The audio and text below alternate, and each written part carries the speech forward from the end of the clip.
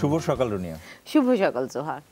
এবং সেই সাথে শুভ সকাল আপনাদের সকলকে যারা দেশ এবং দেশের বাইরে থেকে এই মুহূর্তে আমাদের সাথে যুক্ত হয়েছেন যমুনা টিভির নিয়মিত আয়োজন সকালের বাংলাদেশে। শীতটা আসলে চলেই আসলো, শীত চলেই আসলো, আর শীতের সঙ্গে সঙ্গে কয়েকটা বিষয় অবধারিতভাবে আসে, সেটা হচ্ছে শিশির পরে। শিশির পরে তার সাথে পিঠা উৎসবের একটা রস জোগাড় করা, ঘরে ঘরে উৎসব এটাকে বলা যায়। তো আমি যেটি বলি রুনিয়া, আজকে দেশের উত্তরাঞ্চল সহ বিভিন্ন অঞ্চলে মানুষের পিঠাপুলির যে উৎসব, সেটা নিয়ে আমার কাছে একটা রিপোর্ট রয়েছে, আরো বেশ কিছু রিপোর্ট রয়েছে। খেলা চলছে, তারপরে ম্যারাডোনার কথা বলতে হয় যে এত বড় একটা লিজেন্ড যার মৃত্যুর পর তিনি তো শায়িত হয়েছেন অবশ্যই, কিন্তু তারপরেও বড় বড় পর্দায় তার খেলা দেখা যাচ্ছে এবং মানুষ দেখছে তাকিয়ে, অর্থাৎ তিনি এত দশক ধরেও সেভাবেই জনপ্রিয়। তো যাচ্ছে শীতের খবরে। প্রথমে শীত এলে ধুম পড়ে পিঠা বানানোর যে কথাটি আমরা বলছিলাম, নতুন চালে বানানো পিঠা তৈরিতে দরকার হয় আরও কিছু উপকরণ। বাড়ির সবাই মিলে তৈরি করা পিঠা খাওয়াতেও থাকে উৎসবের আমেজ। গ্রামাঞ্চলের দোকানগুলোতেও বিক্রি হয় হরেক রকমের পিঠা, সেখানেও ভিড় লাগে শীতের হিমে। আমাদের সহকর্মী আহমেদ রেজা জানাচ্ছেন সেই পিঠাপুলির গল্প, ছবি তুলেছেন তানভীর মোর্শেদ। হেমন্তের শেষে ঢেকির ধুপধাপ শব্দ, চলছে পিঠা বানানোর প্রস্তুতি।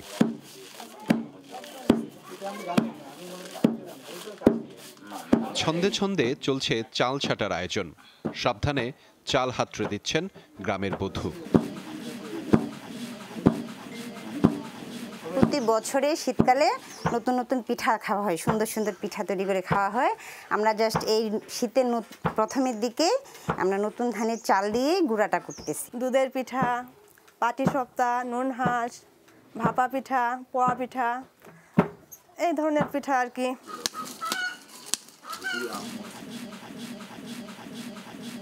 ঢেকিতে চাল ছাটার পর শুরু মূল আয়োজন। উনুন ঘেঁষে তৈরি হতে থাকে পিঠা। আসরে সামিল বাড়ির ছেলে বুড়ো।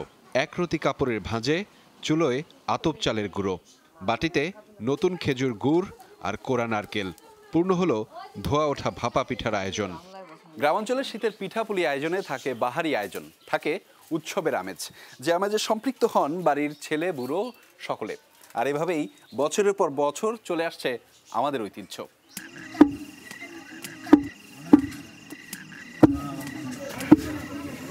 একদিকে চাল গুঁড়া করা, অন্যদিকে পিঠা বানানো। সন্ধ্যায়ও চুলার পাশে ব্যস্ত সময় গায়ের বধূর। হরেক রকম পিঠাপুলির উপকরণ নিয়ে সে কি আয়োজন। শীতের পিঠা হয় তো এটাতে ভাপা চিতুয়া ভালো হয়, এজন্য এটাতে করছি। সবাই একসাথে থাকি, তখন আত্মীয় স্বজন আসলে তখন এই আয়োজনটা করা হয়। ঢেকিতে চাল কুটতো, তারপর সামগাহিনে চাল কুটতো, কুটে দেখতাম যে মায়েরা কলস থেকে তৈরি করতো হচ্ছে ভাপা পিঠা।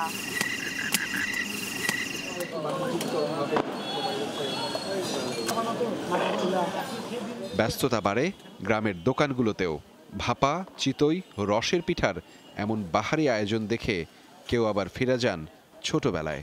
আমরা যখন ছোট ছিলাম আমরা নিজেরা দেখছি যে আমাদের মা, চাচি, দাদা, দাদি, নানির বাড়ি যাইতাম, তখন দেখতাম খুব সুন্দরভাবে উঠানের এক আঙ্গিনার এক কর্নারে মাটির পাত্রের মধ্যে পিঠা তৈরি করতো। ঘুম থেকে উঠেই ডাইরেক্ট মানে চুলার কাছে গিয়ে মানে পিঠা খাওয়া শুরু করতো। চিতই পিঠাটা আর দুধের পিঠা, নুনাস পিঠা, এটা সবচেয়ে বেশি খায়।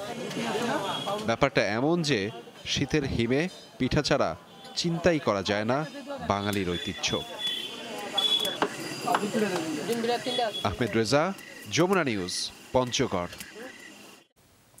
সরকারি বেসরকারি হাসপাতালগুলোতে স্বাস্থ্য সুরক্ষার ঘাটতি আছে। রাজধানীর অভিজাত কিছু হাসপাতালের হাইজিন নিশ্চিতের চেষ্টা থাকলেও খারাপ অবস্থা সরকারি হাসপাতালগুলোর। কোভিড-19 সহ অন্যান্য ভাইরাস তাই খুব সহজেই সংক্রমণ হতে পারে বহু জনে। হাসপাতালগুলোতে স্বাস্থ্য সুরক্ষা নিশ্চিত করা গেলে ঠেকানো সম্ভব হবে বহু সংক্রমণ রোগ। উত্তরের জনপদ গাইবান্ধার সাদুল্লাপুর উপজেলার কয়েক লাখ মানুষের জন্য একটি স্বাস্থ্য কমপ্লেক্স। সংক্রামক রোগসহ সব রোগের চিকিৎসার জন্যই আসতে হয় এখানে, তাই ঝুঁকিও বেশি। সুরক্ষার জন্য সামনে একটি পানির কল থাকলেও নেই কোনো সাবান।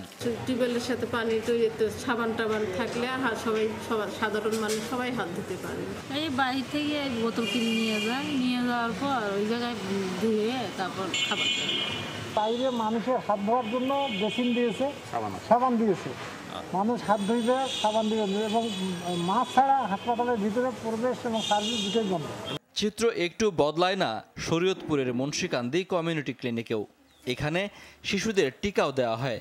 করোনা শুরুর পর ঝুঁকি বেড়েছে বয়স্ক এবং প্রসূতি মায়েদের। কারণ হাত ধোয়ার জন্য এই জায়গায় কোনো কিছুরই ব্যবস্থা নেই, না আছে মানে হ্যান্ড ওয়াশের, না আছে কোনো বেসিনের, না কিছুরই দেখি না। থাকলে তো দুইয়া আমরা হাত পা পরিষ্কার করে যাইতাম। করোনাকালীন সময়ে মানে হ্যান্ড স্যানিটাইজার বা হাত ধোয়ার যে বিশেষ কিছু পদ্ধতি, এগুলি আমাদের সরকারিভাবে কোনো আছে কি না সেটা আমি বলতে পারবো না, কিন্তু আজ অবধি এখনও আমি এই ক্লিনিকে কিছুই পাইনি। রাজধানীর অন্যতম বৃহৎ শহীদ সোহরাওয়ার্দী হাসপাতালের ওয়ার্ড পেরিয়ে বারান্দায় ঠাঁই হয়েছে শতাধিক রোগীর। এক বেড থেকে আরেক বেডের দূরত্বের বালাই নেই। রোগী আর স্বজন মিলিয়ে রীতিমতো বাজার। বেসিংয়ে তো পানি নেই, পানি থাকলে খুব ভালো হইতো হাত ধোয়ার জন্য, কিন্তু পানি ছাড়া তো আর হাত ধোয়া যায় না। নোংরা হয়ে থাকে এবং পানি সাপ্লাইয়ের জন্য যে লাইনগুলো আছে এগুলো ব্লক হয়ে থাকে। এখানে যদি ঠিকঠাক মতো পরিষ্কার করা হয় তাহলে পানিটা ঠিক মতো সাপ্লাই হতে পারে। যে একটা রোগ, এই রোগের জন্য কিন্তু বারবার যে হাত ধুইতে হয়, কিন্তু ওই সুবিধাটা নাই। হাসপাতালের প্রবেশপথে হাত ধোয়ার ব্যবস্থা আছে, অনেকে ব্যবহারও করছেন সেটি, তবে ভেতরেরটিতে পানি নেই। যাচ্ছে না কেন, কি সমস্যাটা আমরা কেমন বলবো, পানি আসে না যেন অবস্থা। তো আমি আসছি ধরে আজকে 4 দিন কখনো ইউজ করতে দেখি না, আর এখানে পানিও থাকে না। যে বেডগুলো আমরা ওরকম দিতে পারছি না যে রোগীর চাপের জন্য। এমনি যে আমাদের ডাক্তারদের হাত ধোয়া, স্যানিটাইজার এগুলো কিন্তু সাফিসিয়েন্ট আছে আমাদের। হ্যাঁ, এই ব্যবস্থাগুলো আমরা রেখেছি, আরও জোরদার করার জন্য আমরা ব্যবস্থা নিচ্ছি। দর্শনার্থী আছে তাদেরও যাতে কিনা এই হাত ধোয়ার এইটা আমরা এনশিওর করতে পারি, সেই ব্যবস্থা আমরা আছে এবং আমরা আরও স্ট্রেংথেন করবো। হাসপাতালের স্বাস্থ্য সুরক্ষা নিশ্চিতে উপকরণের পর্যাপ্ত সরবরাহ করতে হবে সরকারকে। বাংলাদেশের হাসপাতালগুলোর স্বাস্থ্য সুরক্ষা সবচেয়ে নাজুক। এর মূল কারণ রোগী এবং হাসপাতালের ব্যবস্থাপনার অপর্যাপ্ততা।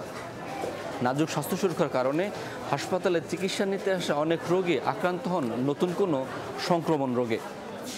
শাকিল হাসান, যমুনা নিউজ, ঢাকা। এবার করোনা ভাইরাসে গেল 24 ঘন্টার আপডেট আপনাদের জানাতে চাই। গেল 24 ঘন্টায় বিশ্বে আরও প্রায় 11,000 মানুষের মৃত্যু হয়েছে। নতুন করে করোনা ভাইরাসে গেল 24 ঘন্টায় 11,000 মানুষের মৃত্যু হয়েছে এবং করোনা ভাইরাসে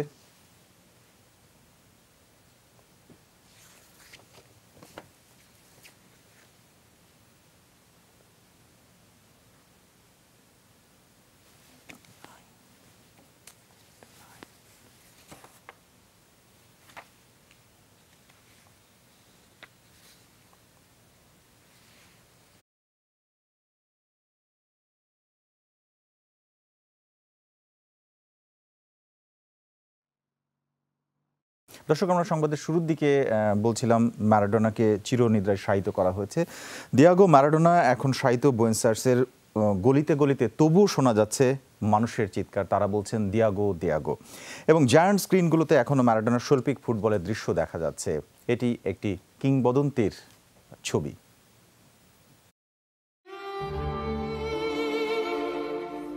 একগুচ্ছ গোলাপ হাতে কোনো কিংবদন্তির সমাধিতে দাঁড়িয়ে থাকার এমন দৃশ্য আর কবে দেখা যাবে জানা নেই। হোক না কাঠের কফিন, তবুও একবারের জন্য ছুঁয়ে দেখার এমন তীব্র বাসনা আর কবে দেখা যাবে জানা নেই। চিরনিদ্রায় শায়িত ম্যারাডোনা, কিন্তু এখনও জেগে আছে বুয়েনোস আয়ার্স কিংবা নাপোলির অলিগলিগুলো। কান পাতলে এখনও শোনা যায় দিয়েগো দিয়েগো ডাক। শ্রদ্ধার স্মরণে রাস্তায় রাস্তায় অব্যাহত ভক্তকুলের মোমবাতি প্রজ্বলন। এখনও আর্জেন্টিনার দেয়ালগুলোর জায়ান্ট স্ক্রিনে চলছে ম্যারাডোনার ফুটবল শৈলীর প্রদর্শনী। সে আমাদের জন্য সবকিছু। সে আমাদের গর্বিত করেছে, দিয়ে গেছে অনেক স্মৃতি। আমরা বিশ্বাস করি তারপর এমন আর কেউ নেই, আসবেও না। সে আমাদের খুশি দিয়েছে, আনন্দ দিয়েছে, সেই সাথে দিয়ে গেছে দারুণ কিছু স্মৃতি। সে আমাদের পরিচয় বহন করে। এখনও শৈল্পিক ছোঁয়ায় ম্যারাডোনার বাঁ পাটি রাঙাতে ব্যস্ত ইতালির এক শিল্পী। এখনও প্রিয় দিয়েগোকে বাঁচিয়ে রাখার আপ্রাণ চেষ্টা চালিয়ে যাচ্ছেন এক মনে। মামুনুর রশিদ, যমুনা স্পোর্টস। দর্শক, সকালের বাংলাদেশে এই ছিল আজকের আপডেট। এই খবরগুলো আমরা জানালাম আপনাদের। আমি এখন চলে যাচ্ছি সকালের বাংলাদেশের মূল সেটে। রুনিয়া, আপনাকে যে কথাটি বলতে বলতে আমি আসছিলাম সেটি যে দিয়াগো ম্যারাডোনা এত বড় শুধুমাত্র একজন ফুটবল খেলোয়াড় হিসেবে বললে ভুল হবে, অনেক মানুষের জীবনকে তিনি স্পর্শ করেছেন এবং পৃথিবীব্যাপী। এবং সবচেয়ে ভালো যেটা লাগলো যে ইটালির একজন, তিনি দিয়াগো ম্যারাডোনা একটা ছোট স্ট্যাচু বানাচ্ছে যেটাতে উইংস দিয়ে যে সেটা তিনি তার হয় না প্রার্থনার জায়গায় রাখছেন। এই যে ভালোবাসা, আমার মনে হয় কি যে যারা মানুষের জন্য কাজ করেন খেলা দিয়ে বা অন্য কোনো লেখালেখি করে কিংবা নাটকের কাজ করে, আমার খুবই মনে পড়ছে গত দুটো দিন আমাদের দেশের আলী জাকের আমাদের ছেড়ে চলে গেলেন। এই কোভিডে আমরা অনেক মানুষকে হারালাম। শেষের 2 দিন উনি কোভিডে আক্রান্ত ছিলেন। তো মানুষ যখন চলে যান এবং তিনি যখন লেজেন্ড থাকেন তখন তার রেস্ট অনেক দিন থেকে, তাদের আসলে মৃত্যু নাই। আসলে তাদের মৃত্যু নেই, কারণ তারা আসলে তাদের কর্মের মধ্যে বেঁচে থাকেন, কারণ তারা আসলে তাদের জীবনটাকে তাদের জীবন যাপন করেন কর্মের মধ্যে। রাইট, একেবারে ঠিক। সেটাই তো আমাদের জীবনটাও যেন কর্মমুখর হয় এবং আমাদের জীবনের শেষ প্রান্তে যদি দাঁড়িয়ে কখনো ফিরে থাকে তখন যেন মনে হয় যে না, জীবনটা আসলে ভালো করে যাপিত হয়েছে। এই ভাবনা নিয়ে নিচ্ছে আমাদের প্রথম বিরতি। আমাদের সঙ্গে থাকুন, একটু পরে ফিরছি আবার।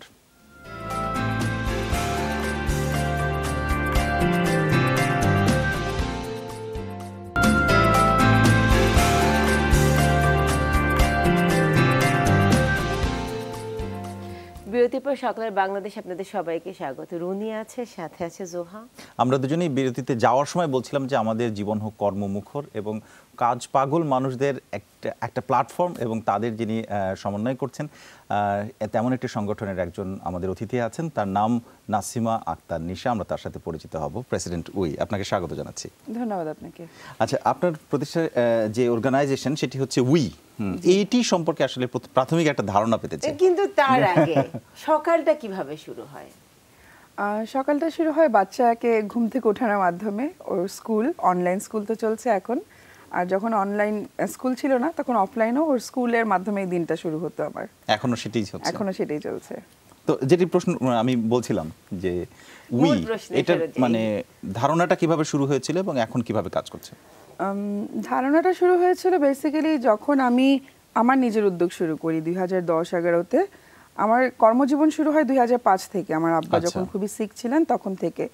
কিন্তু মানে আমাদের অফিসটা ছিল পুরোটাই হচ্ছে পুরুষ শাসিত অফিস। আমি একমাত্র যে মেয়ে ছিলাম আর কি। আমি খুবই আনইজি ফিল। মানে 2005 সাল থেকে যে প্রতিষ্ঠান, সেটা কি ধরনের প্রতিষ্ঠান? সেটা ছিল ল্যান্ড ডেভেলপমেন্ট কোম্পানি। তো সেখানে দেখা যেত নানান ধরনের মানুষজন আসতেন। কেউ হয়তো বা একেবারে রুট লেভেল থেকে আসছেন, কেউ হয়তো অনেক হাই লেভেল থেকে আসছেন। তো ওই সময় আমার কাছে এগুলো মনে হতো যে একদম অ্যারাবিক ভাষা, যে আমি পড়তে পারছি কিন্তু বুঝতে পারছি না। তো সেই রকম একটা সিচুয়েশন ছিল।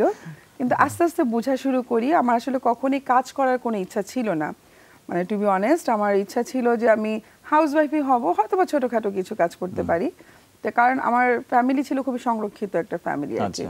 তো মেয়েরা বেশি পড়াশোনা করবে, কাজকর্ম করবে, এই ধরনের চিন্তা ভাবনাও ছিল না। রক্ষণশীল মানসিকতার যে ধারণাটা আছে সেখানে ছিল। তো আমার আব্বা যখন সিক হয়ে গেলেন তখন থেকে আমাকে বলেছেন যে তুমি কাজ শুরু করো। তো তখন বসলাম আমার হাজব্যান্ডের পারমিশন নিয়েই।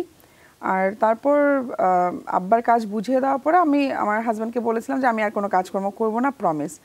কিন্তু ও আমাকে বলেছিল যে তোমার ভিতরে ব্যবসায়ী রক্ত আছে, তো তুমি কাজ ছাড়া থাকতে পারবে না। আমি ওকে, বাবা কি ব্যবসায়ী ছিলেন? আচ্ছা, আমার বাবা দাদা দুজনেই ব্যবসায়ী ছিলেন।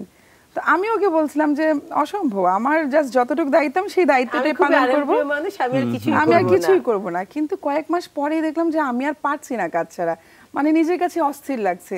তখন ওর সাথে কথা বলে একটা গেমিং ডেভেলপমেন্ট কোম্পানি দিলাম। তো সেটা 2009-এর দিকে।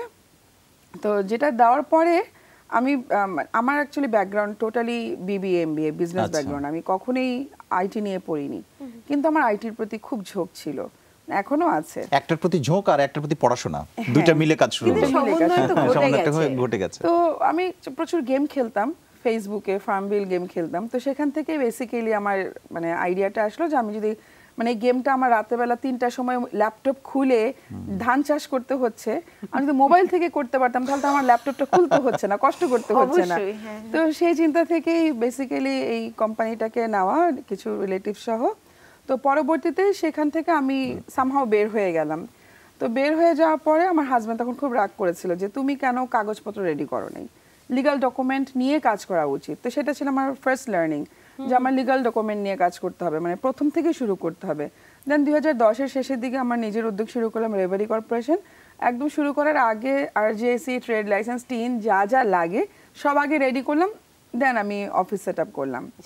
তো সেখান থেকে আমি তখন বেসিক্যালি আমার বাচ্চা একেবারেই মানে তখনও হয়নি আর কি, তখন হবে আমি তখনও মানে খুব স্ট্রাগল করছি যে ইন্ডাস্ট্রি কি আমি চিনি না। এর আগে যে যার কাছে কোম্পানি ছিল সে সব কিছু ম্যানেজ করতো 2010-এ। এখন আমার নিজেকে ম্যানেজ করতে হবে, কিন্তু আমি জানি না অ্যাকচুয়ালি। প্রতিটা রাস্তায় রাস্তায় আমি ঠোকর খাচ্ছিলাম। প্রথম ঠোকর তো লিগাল ডকুমেন্টস নিয়ে, সেটা আমি শিখে গিয়েছি। তো বাকি সেক্টরের নেটওয়ার্কিং কিভাবে করব, কাস্টমার কোথায় পাবো, আমি গ্লোবাল ক্লায়েন্ট কোথায় পাবো, এই জিনিসগুলো আসলে আমি কিছুই বুঝতেছিলাম না।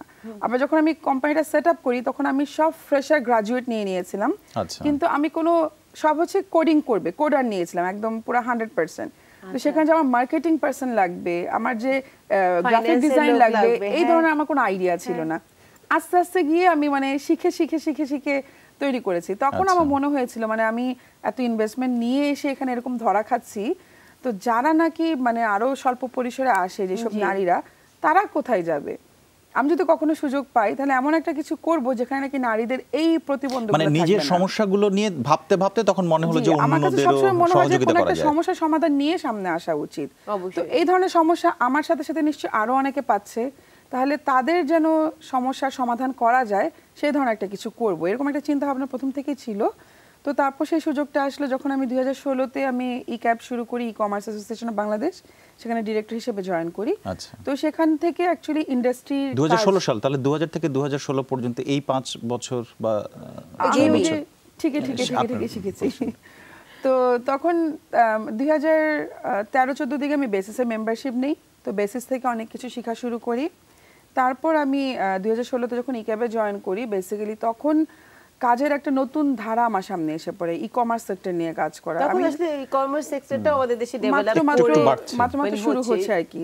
তো আমার কাছে ভালো লাগে যে আমাদের কয়েকজনের হাত দিয়ে এই সেক্টরটাকে দাঁড় করাতে পেরেছি আমরা, একদম শিশু থেকে এখন বিশাল বড় একটা সেক্টর হয়ে গেছে বাংলাদেশে। হয়তোবা বাংলাদেশে এই প্যান্ডেমিকে সবথেকে ইমার্জেন্সি সেক্টর হিসেবে 16 পরে থেকে তাহলে আপনারা এই এটা গঠন করলেন কত সালে? 2017-তে। 2017-তে এবং কতজন মিলে, বা নাকি আপনি একা শুরু করলেন? আমি যখন নাকি 2016-তে ডিরেক্টর হিসেবে জয়েন করি, তো তখন আমি প্রচুর অ্যাক্টিভলি কাজ করছি মিনিস্ট্রিতে, ইন্ডাস্ট্রিতে, সব জায়গায়। আমার সেক্টর ছিল কর্পোরেট অ্যাফেয়ার্স, বাট আমি মিনিস্ট্রি গভর্নমেন্ট অ্যাফেয়ার্স গুলো আমি কাজ করতাম তখন। তো তখনকার যে প্রেসিডেন্ট ছিলেন রাজীব আহমেদ স্যার, উনি আমাকে আমার কাজকর্ম দেখে উনি খুবই অনুপ্রাণিত হয়ে বললেন যে তুমি নিশা ইসের কাজগুলো, নারীদের কাজগুলো আলাদা করে ফেলো, কারণ একটা অ্যাসোসিয়েশন থেকে নারীদের উপর ফোকাস করে এত কাজ করা যায় না। তুমি অ্যাক্টিভলি কাজ করছো যেহেতু, তুমি নারীদের প্ল্যাটফর্মটা আলাদা করে ফেলো। তো আমি তো চাচ্ছিলাম যে এরকম একটা কিছু করব, যেহেতু উনি তখন আমাকে নিজে থেকে বলেছেন, সিগন্যাল দিয়ে দিলেন। তখন আমি 2017-তে স্টার্ট করি। আমি কয়েকজন উদ্যোক্তাকে নিয়ে, অর্থাৎ নাসিমা আক্তার নিশা আপনার একটা শুরু অনেক কয়েকটা জিনিসকে শুরু করে দিল। জি, আপনার নিজের প্রতিষ্ঠান থেকে এখন সবাইকে নিয়ে কাজ করার কথা ভাবলেন আপনি। সেই সময় কি অন্য কাউকে সম্পৃক্ত করেছিলেন? সেই সময় আমি 10 জনের মতো উদ্যোক্তা নিয়ে একটা ইনঅগ্রেশন করি, এবং সেখানে রাজীব আহমেদ স্যারও ছিলেন। তো সেখান থেকে বেসিক্যালি ফেসবুকের যাত্রাটা শুরু, কিন্তু আমি আমার চিন্তা আরেকটু ব্রড ছিল। সেই 17 সালে কি ফেসবুক কেন্দ্রিক শুরু করেছিলেন আপনি? জি, তখন থেকে ফেসবুক কেন্দ্রিক, কিন্তু আমি 2016-17 দিকে আমি একবার ইউএসএ-তে যাই। শি ট্রেড একটা প্ল্যাটফর্ম আছে কমনওয়েলথের, আমরা সেটা মেম্বার, মানে ই-ক্যাব সেটা মেম্বার, আমার কোম্পানিও সেটা মেম্বার। আচ্ছা। তো সেখান থেকে আমি টার্কিতে যাই। টার্কিতে বিশাল বড় একটা ওমেন ভেন্ডর ফোরাম, একটা মেলার মতন হয়, সেখানে B2B মিটিং হয়, নেটওয়ার্কিং সেশন হয়, 2 দিন টানা প্রোগ্রাম ছিল। সেখানে মানে বিশ্বের সব দেশ থেকে নারীরা আসছে। আমার কাছে সেটা দেখে এত ভালো লেগেছে যে আমার তখন মনে হচ্ছে আমাদের দেশে এরকম কিছু একটা করা উচিত। যদি আমাদের দেশে সব হয় না, মানে গ্রাম অঞ্চল বা রুট লেভেল থেকে যদি আমরা শহর পর্যন্ত সবাইকে একত্রিত করতে পারতাম। 10 জন উদ্যোক্তা নিয়ে শুরু হয়েছিল, এখন কতজন আছে উদ্যোক্তা? এখন আমাদের গ্রুপে মেম্বার হচ্ছে 1.1 মিলিয়ন। আর এর ভিতরে মানে ডাটাটা এত ইন্টারেস্টিং যে দেখা যাচ্ছে যে প্রায় 50%-এর মতো হচ্ছে উদ্যোক্তা, যারা ফেসবুক পেজ এবং ফেসবুক পেজ ছাড়া কাজ করছে। বাহ, তাহলে আপনার সেই স্বপ্নটা কিন্তু অনেকটাই সফল, যে আপনি ভাবছিলেন যে অন্যদের জন্য, যাদের কিছু কোনো প্ল্যাটফর্ম নেই তাদের জন্য কাজ করা, সেটা কিন্তু অলরেডি কাজ হয়েছে। কোন কোন ধরনের পণ্য বা উদ্যোক্তাদের বেশি আপনি ফোকাস করেন, নাকি যে কোনো? না, যে কোনো অবশ্যই, কিন্তু সেটা অবশ্যই দেশীয় পণ্য হতে হবে। আমাদের প্ল্যাটফর্মটা টোটালি হচ্ছে দেশীয় পণ্যের প্ল্যাটফর্ম। এখানে দেশীয় পণ্যের যে কোনো জিনিস, শাড়ি, গহনা, খাবার থেকে শুরু করে শীতল পাটি, আমি আগাগোড়া পুরাই উই, তো সবকিছু আমাদের উইতে আমাদের দেশীয় পণ্যের প্রমোশন হয়, সেল হয়। গতানুগতিক সেল পোস্ট ছাড়া তারা সেল করছে, লাখপতি খেতাব পাচ্ছে। বেশি সারা কোন ধরনের পণ্য? আমাদের প্রথম ক্যাটাগরিতে শাড়ি আছে, আচ্ছা, আর সেকেন্ড ক্যাটাগরিতে হচ্ছে খাবার। অনেক ইন্টারেস্টিং মনে হচ্ছে বিষয়গুলো, আমরা আরো জানবো, আপনার কাছে আসবো আমরা, কিন্তু এই মুহূর্তে আমাদের একটা ছোট্ট বিরতি নিতে হচ্ছে। দর্শক, এই মুহূর্তে নিচ্ছি ছোট্ট একটা বিরতি। উই সম্পর্কে অনেক কিছু জানার আছে, নাসিম আক্তারের স্বপ্ন সম্পর্কে অনেক কিছু জানার আছে। আপনারা থাকুন, আমাদের অতিথি আমাদের সঙ্গে থাকছেন।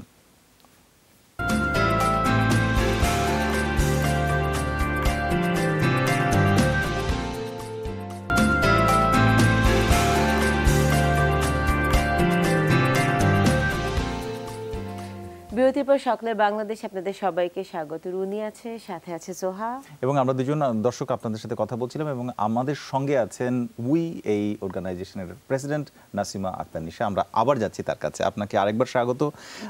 যেটি আমার এখন জানতে ইচ্ছা করছে, একজন সাধারণ মানুষ হিসেবে তাহলে আমার একটু আগ্রহ তৈরি হচ্ছে যে এখানে তাহলে অনলাইন থেকে অ্যাক্সেস নিয়ে আমি কেনাকাটা করতে চাই। সাধারণ মানুষ কীভাবে যুক্ত হবেন, এখানে কেন যাবে? কারণ এখন যে কেউ চাইলেই তার পণ্য বিক্রির জন্য একটা পেজ খুলে বা গ্রুপ করে একটা অনলাইন প্ল্যাটফর্ম ক্রিয়েট করতে পারেন, কিন্তু উইতে কেন যাবে? আচ্ছা, খুবই চমৎকার একটা প্রশ্ন। এটা অনেকেই জানতে চায়, অনেকের জন্য আমি এটা আজকে বলছি যে শুধু উই না, আমাদের বাংলাদেশে যে কোনো মানুষই খুলতে পারবে এরকম গ্রুপ পেজ, বাট একটা গ্রুপের পিছনে যে পরিমাণ এফোর্ট দিতে হয়, আমরা আজকে 3 বছর এইটার পিছনে সময় দিচ্ছি, শ্রম দিচ্ছি। তো আমি যে জিনিসটা ফিল করি, মানে আমার এটার উদ্দেশ্যই ছিল যে মানুষের প্রবলেম সলভ করা, যে প্রবলেমটা আমি পার হয়ে এসেছি। তো যেসব ক্ষুদ্র উদ্যোক্তারা এখানে আসেন, তারা তো আসলে বেশি ক্ষুদ্র, মানে যেটা কল্পনারও বাইরে। তারা হয়তো বা একদম দিন আনি দিন খায় এমন অবস্থা। তো সেখানে তারা হয়তো বা রান্না করে বা হাতে তৈরি গহনা করে তারা সেল করছে। তো সেই সেল থেকে আমরা কোনো কমিশন নেই না। তারা যেখানে পোস্ট দিচ্ছে যে আমি এই জেলার মেয়ে, আমি এই জিনিসটা নিয়ে কাজ করছি, তো এই ধরনের পোস্ট নর্মালি অন্য গ্রুপে দিতে গেলে তাদের একটা সেল কোড লাগে, এবং সেই সেল কোডটা নিতে গেলে তাদের একটা ফিস দিয়ে সেল কোডটা নিতে হয়। আমাদের এখানে কোনো সেল কোড নেই। আমাদের এখানে সেল কোড হচ্ছে অ্যাক্টিভনেস, যে আপনি অ্যাক্টিভ থাকেন, বাকি মানুষের পোস্টে কমেন্ট করেন, লাইক করেন। পোস্টে কমেন্ট করতে গেলে আপনি পুরো পোস্টটা পড়তে হবে, পড়তে গেলে আপনি অনেক কিছু তখন শিখে যাবেন। আমাদের এখানে একটা মানে কথাই আছে যে 100 দিনে 100 কমেন্ট করেন। 100টা কমেন্ট করলে কি হবে, 100টা পোস্ট আপনার পড়া হবে। 100টা পোস্টের ভিতরে অ্যাটলিস্ট 50টা বা 30টা আপনার মাথায় ঢুকে যাবে। কারণ আমাদের এখানে প্রায় 15 লক্ষের মতন পোস্ট আছে, সবই দেশীয় পণ্য নিয়ে। তো জামদানি কিভাবে ওয়াশ করতে হয়, জামদানি কত কাউন্টার সুতা দিয়ে বানালে কতটা সফট হয়, এই তথ্যগুলো তাহলে শুধুমাত্র মার্কেট প্লেস না, এটা এগুলো নিয়ে এক ধরনের ইন্টার রিলেশন, একজনের সাথে আরেকজনের যোগাযোগটা তৈরি হচ্ছে, মানে একটা বন্ডিং তৈরি হয়ে যায়, ইনফরমেশন এক্সচেঞ্জের একটা প্ল্যাটফর্ম। খুবই সুন্দর একটা মানে আমি যে জিনিসগুলো জানি না সেই জিনিসগুলো আমি জানতে পারি। ইনফ্যাক্ট আমি খেস শাড়ি সম্বন্ধে জানতাম না, আমি এই কাটা ওয়াশ সম্বন্ধে জানতাম না। আমি জানতাম যে জামদানি হয়তো বা নরমাল ওয়াশ করলেই হয়ে যাবে, অনেক কিছুই আমি জানতাম না, কিন্তু গত 3 বছর আমি অনেক কিছু জেনেছি। তো এই জিনিসগুলোর জন্য মানুষজন এখানে জয়েন করছে, কারণ এখানে তার যে ইনকামটা হচ্ছে এটা সম্পূর্ণ তার একার, সেখানে তার ক্রেডিট, আমার কোনো ক্রেডিট নেই। আমি তো শুধু প্ল্যাটফর্মটা বানিয়ে দিয়েছি, তো সেখান থেকে আমি কেন টাকা নিতে যাব? তো এই সব জিনিসের কারণেই মানুষজন দেখা যাচ্ছে এখানে মানুষজন ঢুকছে। আর প্যান্ডেমিক অনেক বড় একটা ব্লেসিংস বলা চলে। আচ্ছা, প্যান্ডেমিক এটা একটা ভালো ব্যাপার। এই সময়ের পরিবর্তনটা কিভাবে আপনি মানে কি কি পরিবর্তন চোখে পড়লো?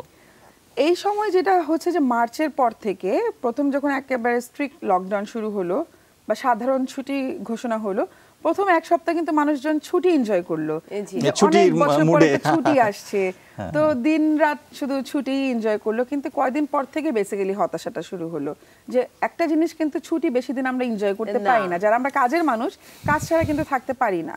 তো সেই জায়গাটা দেখা গেল যে মানে ছুটি বর্ধিত হচ্ছে এবং পয়লা বৈশাখের মার্কেট আসলো, তখন কিন্তু টোটালি স্ট্রিক্ট লকডাউন চলছে, কেউ ঘরের বাইরে পা ফেলছে না ভয়ে। তো সেই সময় কিন্তু বিশাল বড় একটা ধস নেমে গেল আমাদের। পয়লা বৈশাখে কিন্তু আমাদের বাংলাদেশ বেশ ভালো রকম একটা বিক্রি হয়, কারণ আমরা দেশীয় পণ্য আরো বেশি, এবং ঈদ হিসেবে কিন্তু আমরা গণ্য করি, থার্ড ঈদ আমরা মনে করি এটাকে। মানে এখানে কিন্তু ধর্ম বর্ণ নির্বিশেষে সবাই আমরা এনজয় করি। তো এই জায়গাটায় ধস নামার পরে কিন্তু উদ্যোক্তারা একেবারে হতাশ হয়ে গেল, এবং পাশাপাশি দেখা যাচ্ছে যে যারা চাকরি করছে তাদের চাকরি অফ, অনেকে চাকরি চলে গিয়েছে, কেউ স্যালারি পাচ্ছে না, স্যালারি হাফ হয়ে গিয়েছে কিন্তু পাচ্ছে না। তো এই সময় সংসারের হাল ধরার জন্য নারীরা এগিয়ে আসলো। তারা তখন যার ভিতরে যেই স্কিল আছে সেই স্কিলগুলোকে নিয়ে কাজ করা শুরু করলো। এইটা একটা ভালো অবজারভেশন। তাহলে এটা প্যান্ডেমিকের সময় নারীরা এগিয়ে আসলো এবং নতুন নতুন পণ্য হাজির করতে শুরু করলো। জি জি, এটার ভিতরে আমি বলবো যে আমাদের ছোট একটা ক্রেডিট আছে। তো যখন দেখলাম যে মানুষজন মানে হতাশায় ডুবে যাচ্ছে, আমি সবাইকে মানে এই ধরনের কথা বলা শুরু করলাম যে হতাশা না হয়ে মানুষের ভিতরে আল্লাহ সবকিছু গুণ দিয়ে দিয়েছে, সেটাকে বের করে নিয়ে আসেন, স্কিলটাকে ডেভেলপ করেন। আমি সব সময় স্কিল ডেভেলপের উপর জোর দিয়েছি, কারণ আমার কোনো স্কিল ছিল না যখন আমি ইন্ডাস্ট্রিতে আসি। এই জন্য আমার সবসময় মাথায় থাকে যে স্কিল ডেভেলপ করতে হবে সবাই। তো স্কিল ডেভেলপের জন্য সবাইকে আমি খুব প্রেশার দিলাম এক ধরনের, যে আপনারা স্কিল ডেভেলপ করতে থাকেন, আমরা আপনাদেরকে স্কিল ডেভেলপমেন্ট প্রোগ্রাম দিচ্ছি এবং ফ্রিতে। তো তখন তারা স্কিল ডেভেলপ করে তখন তারা ঠিক করলো যে আসলে কোন জায়গাটা নিয়ে কাজ করা উচিত। আপনি কি তখন অনলাইন ট্রেনিং করাচ্ছিলেন? তখন অনলাইন ট্রেনিং শুরু। এখন আজকে যে আপনাদের একটা কর্মসূচি রয়েছে, আপনারা কি শুধুমাত্র অনলাইনের মধ্যেই থাকছেন নাকি এর বাইরেও কর্মসূচি দিবেন? আমাদের প্যান্ডেমিকের আগে আমরা অফলাইন অ্যাক্টিভিটিস আমাদের বেশি ছিল, কারণ নেটওয়ার্কিং সেশনটা বেসিক্যালি অফলাইনেই বেটার হয়। তো এখন এই প্যান্ডেমিকের সিচুয়েশনটা একটু কমে যাওয়াতে গত 2 মাসে আমরা কিছু জেলা ভিত্তিক ঘোরা শুরু করলাম। আমাদের যে উদ্যোক্তারা ছড়িয়ে ছিটিয়ে আছে বিভিন্ন প্রান্তে, হ্যাঁ, তো সেইটারই ফলশ্রুতিতে আজকে আমরা যাচ্ছি মুন্সিগঞ্জ এবং নারায়ণগঞ্জ 2টা জেলায়। সেখানে আমাদের উদ্যোক্তাদের ছোটখাটো একটা সম্মেলন হবে। এখানে মূলত কি হবে এটা একটু শুনুন। এখানে আমাদের ওই এরিয়া বেস যে উদ্যোক্তারা আছেন তারা কিভাবে তাদেরকে ডেভেলপ করেছেন, তাদের কতটুকু সেল হয়েছে, সেই সমস্ত জিনিস তারা আমাদেরকে বলবে সামনাসামনি। এবং তারা কি নিয়ে কাজ করছেন ছোটখাটো একটা ডিসপ্লেও তারা করবেন, যেটা সামনে থেকে আমরা দেখতে পারবো, তাদের পণ্যগুলো তারা নিয়ে আসবেন। এবং পাশাপাশি আমরা দেখতে পারবো এবং দেশবাসীকে এবং দেশের বাইরে যারা এনআরবি আছেন তাদেরকে আমরা লাইভের মাধ্যমে সেই জিনিসগুলো দেখাতে পারবো। চমৎকার আয়োজন, যেটা আমরা অনলাইন অফলাইনের একটা স্বপ্নকে এক জায়গায় করে সেই সাকসেসফুল কিছু একটা করা। এবং আমি যদি জানতে চাই যে যেহেতু আমরা দেশীয় পণ্য নিয়ে কাজ করছি এবং আমাদের সব সময় থাকে আমাদের সাথে কম্পিটিশন আমাদের বিদেশি মার্কেটে, এখানে আপনার স্বপ্নটা কোথায়? একটা সময় এমনও ছিল যে পাখি ড্রেস ছাড়া মানুষজন আত্মহত্যাও করতো, অনেক নিউজও এরকম আসছে, তাই না? তো সেই জায়গাটা নিয়ে আমরা কাজ করেছি। বেসিক্যালি জামদানি আমাদের ঐতিহ্য, সেই জামদানি অলমোস্ট যেতে যেতে আমরা আটকে ফেলেছি আলহামদুলিল্লাহ। তো এই জিনিসগুলো গুগলে সার্চ দিলে তখন ইনফরমেশন খুব কম আসতো। তো আমাদের অ্যাডভাইজার রাজীব আহমেদ স্যার উনি তখন ঠিক করলেন, গত বছর আমরা 2019-এ ঠিক করলাম যে আমরা দেশীয় পণ্য নিয়ে কাজ শুরু করি। সেটা অ্যাকচুয়ালি চাহিদা আছে কিন্তু মানুষের কাছে পৌঁছাতে হবে, সেই পৌঁছানোর একটা মাধ্যম হিসেবে আমরা কেননা কাজ করি। তো সেটা অগাস্টের দিকে তখন থেকে আমরা দেশীয় পণ্য একদম জামদানি দিয়ে শুরু করলাম, জামদানি ওয়েব ক্রিয়েট করলাম। তার পরপরই বেসিক্যালি আমার লাইফে একটা অ্যাক্সিডেন্ট হয়, আমি নভেম্বর থেকে কয়েক মাস একটু অফ থাকি, কিন্তু আমার গ্রুপ তখন অফ হয়নি, গ্রুপ তখন চলছিল, দেশীয় পণ্য নিয়ে কাজ চলছিল। আমার হাজবেন্ডের সাডেন ডেথ হয়, তারপরে আমি একটু অফ হয়ে যাই। কিন্তু রাজীব স্যার তখন গ্রুপটাকে চালিয়ে নিয়ে গেছেন, প্লাস আমাদের উদ্যোক্তারা অনেক তখন খুবই সাপোর্টিভ ছিলেন। তো আলহামদুলিল্লাহ আমি ফেব্রুয়ারি থেকে আবার কাম ব্যাক করি এবং তখন দেখা গেছে আমি হয়তো ডাবল পাওয়ার নিয়ে আসছি, নতুন উদ্যম। এটি যেন যে কোনো বাধা আসলে থেমে থাকতে হয় না, বা থেমে থাকেননি আপনি, যে কারণে এই পর্যায়ে এসেছে। আমরা চাই এই অনেক মানুষের সহায় হোক এবং অনেক মানুষকে এক জায়গায় করুক, এবং আপনার সামনের সাকসেস সেটা অনেক মানুষের সাকসেস হবে নিশ্চয়ই। অসংখ্য অসংখ্য ধন্যবাদ। আমরা আসলে স্বপ্ন দেখি যেমন একটা প্ল্যাটফর্ম যেখানে আসলে যে কোনো ইনফরমেশন আমরা পাবো এবং তার পাশাপাশি আমাদের দেশীয় পণ্য আমরা আসলে গর্ব সহ পড়বো। নাসিমা আক্তার নিশা, আপনাকে অনেক ধন্যবাদ আজকে আসার জন্য এবং এই সময়গুলো দেওয়ার জন্য, তাতে আমাদের মনে হয় অনেকে উপকৃত হবে। অনেক ধন্যবাদ আপনাকে। দর্শক, আমরা উইয়ের প্রেসিডেন্টের কাছ থেকে আজকে আমরা একটি উদ্যোগের সম্পর্কে জানলাম। আমরা সবাই উদ্যোক্তা হিসেবে এবং অন্য উদ্যোক্তাকে সহযোগিতা এবং দেশীয় পণ্য নিয়ে কাজ করছি, এটি আর একটি ভালো ব্যাপার। আপনাদের সবাইকে সেই আহ্বান জানাচ্ছি এবং আজকের সকালে বাংলাদেশ থেকে ছোট্ট বিরতি নিতে যাচ্ছি, ফিরছি এখনই, সাথেই থাকুন।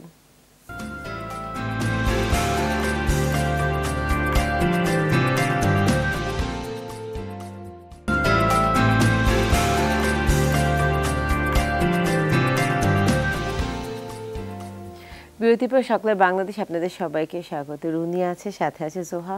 দর্শক, বিরতির পরে ফিরে এলাম একটি গল্প নিয়ে, একটি স্টোরি নিয়ে, যেটি অত্যন্ত দুঃখজনক এবং অমানবিক মনে হচ্ছে আপাতত, কিন্তু সেটি একটি ভালোর দিকে মোড় নিচ্ছে। সেই খবরের মাঝামাঝি জায়গায় দাঁড়িয়ে আছি আমরা। একটি অমানবিক জীবনযাপন করতে নওগাঁর একজন কৃষক পরিবার মনির উদ্দিন এবং তার ছেলের গল্প। সেই মনির উদ্দিন একান্তই বাধ্য হয়ে ঋণের দায়ে তার ছেলের কাঁধে দিয়েছিলেন জোয়াল, এবং সেটি আমরা গতকালকে একটি রিপোর্ট প্রকাশিত হয় যমুনা টেলিভিশন থেকে, এবং তার পরবর্তীতে প্রশাসন থেকে যোগাযোগ করে তাদেরকে সহযোগিতার কথা বলা হচ্ছে। কি ধরনের সহযোগিতা করা হচ্ছে সেটি আমরা জানবো।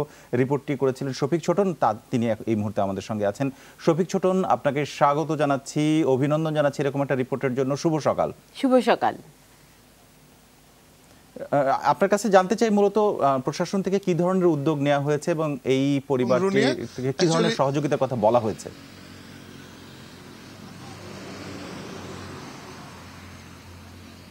জোহা, গতকাল তাদের যে কষ্টের কথাগুলো তারা প্রতিবেদনে বলছিলেন, সেই কষ্টের কথাগুলো যখন প্রচার হয়েছে যমুনা টেলিভিশনে, তখন কিন্তু সাধারণ মানুষ তাদের সেই যে অভাব অনটনের কথা সেটি জানতে পেরেছেন, এবং একই সাথে জেলা প্রশাসন বা প্রশাসনের ঊর্ধ্বতন কর্মকর্তা তাদের নজরে এসেছে।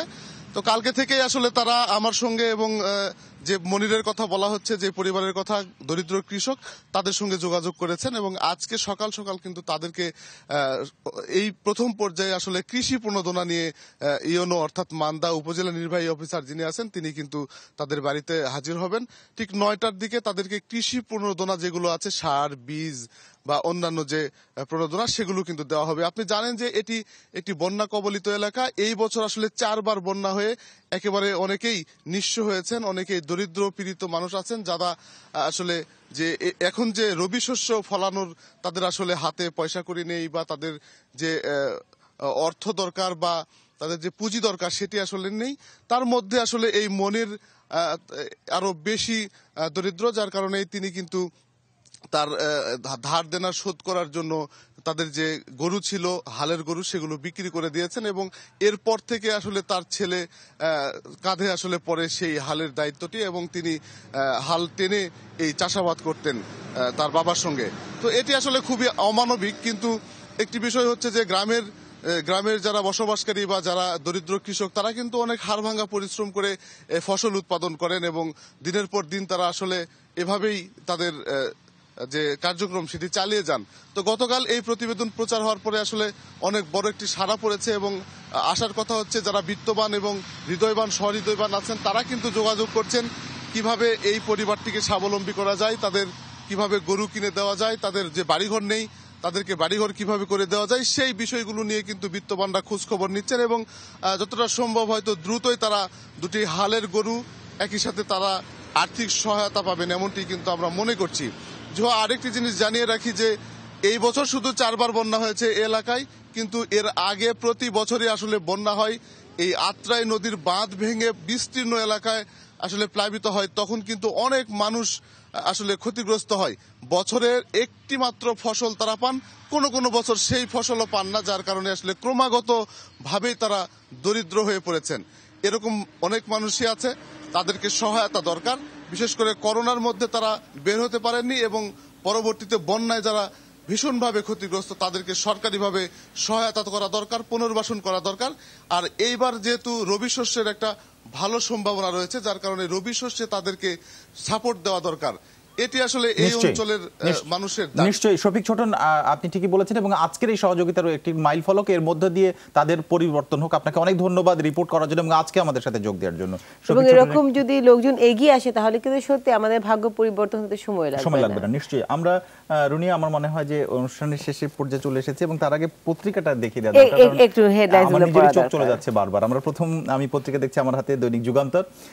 সেখান থেকে প্রথম হেডলাইন, প্যাকেজের অর্ধেক পানি ক্ষতিগ্রস্তরা, প্রণোদনা নিয়ে অর্থ মন্ত্রণালয়ের প্রতিবেদন সেটি, এবং বাবা মার কবরের পাশে সমাধিস্থ, এটি ম্যারাডোনাকে নিয়ে একটি রিপোর্ট, অশ্রু ভেজা শেষ বিদায় ম্যারাডোনাকে। এবং একই সাথে বাম পাশে আরেকটি খবর, আমাদের দেশের যেটি আমরা বলছিলাম, আলী জাকেরকে নিয়ে একটি রিপোর্ট, জীবন মঞ্চ ছেড়ে গেলেন আলী জাকের, ঈর্ষণীয় সফল মানুষের আলী জাকের সম্পর্কে নাসিরুদ্দিন ইউসুফ বাচ্চু লিখেছেন। এবারে আরেকটা হচ্ছে শিক্ষার্থী ভর্তি বন্ধের দাবি, নামকরা স্কুল কলেজের শাখা ক্যাম্পাসের অনুমোদন নেই। আরেকটি দিয়াগো মারাডোনার শেষ ইচ্ছা নিয়ে আরেকটি রিপোর্ট করা রয়েছে এবং শেষ পাতায় রয়েছে তৎপর আওয়ামী লীগ, মাঠে নেই বিএনপি, চট্টগ্রামে 10 পৌরসভা নির্বাচনের প্রস্তুতি। ধন্যবাদ জোহা। আমার হাতে আছে সমকাল থেকে যে খবরগুলো পড়ে শোনাতে চাই, ঠিক একইভাবে স্কুল কলেজ নিয়ে এখানেও তারা একটা শিরোনাম করেছে, সেটা হচ্ছে কিন্ডার গার্ডেনের দুর্দিন। তারা বলেছে করোনায় বন্ধ হয়ে গেছে সারা দেশে ১৫০০-এর বেশি কিন্ডার গার্ডেন এবং বেহাল বাকিগুলো। পদ্মা সেতু নিয়ে খবর, সেটা হচ্ছে রইল বাকি 2 স্প্যান, এবং তার পাশে হচ্ছে আলী জাকেরকে নিয়ে যে খবরটি তারা ছেপেছে, সেটা হচ্ছে আলী জাকেরের অনন্ত যাত্রা, শ্রদ্ধাঞ্জলি, অভিনয় পাগল মানুষ ছিলেন বলেছেন ফেরদৌসী মজুমদার। এবং মা বাবার পাশে সমাহিত করা হয়েছে দিয়াগো ম্যারাডোনাকে, এবং ফুলের মুকুট পাঠালেন পেলে। এইটা অসম্ভব একটা সুন্দর খবর। এবং তার পাশাপাশি যে খবরটি আছে সেটা হচ্ছে নকল হচ্ছে করোনা সুরক্ষার সামগ্রীও, এবং তার সাথেই আরেকটি খবর আছে, সেটা হচ্ছে পরীক্ষায় ভুল ডোজ, জটিলতায় অক্সফোর্ডের টিকা। করোনা নিয়ে দুরকমের দুটি খবর। এবং যদি শেষের পাতায় চলে যাই, সেখানে যেটা আছে সেটা হচ্ছে করোনা ভাইরাসের বাহক কোলেস্ট্রল। তো যাদের কোলেস্ট্রল সমস্যা আছে তাদেরকে এই মুহূর্তে সেটা একটু সাবধান থাকতে হবে। এই সঙ্গে সঙ্গে আমরা একেবারে একদম শেষ প্রান্তে চলে আসলাম। আজকে চেষ্টা করেছি আপনাদেরকে সবভাবে অনুপ্রাণিত করার। আমাদের শেষে যে খবরটা ছিল নওগাঁ থেকে, সেটা আসলেই জানায় যে মানুষের পাশে মানুষ এসে দাঁড়াবে, এবং শেষ পর্যন্ত সেটি হোক, আমরাও মানুষের পাশে দাঁড়াই। আমাদের প্রতিটি দিন সুন্দর হোক, আজকের দিনটা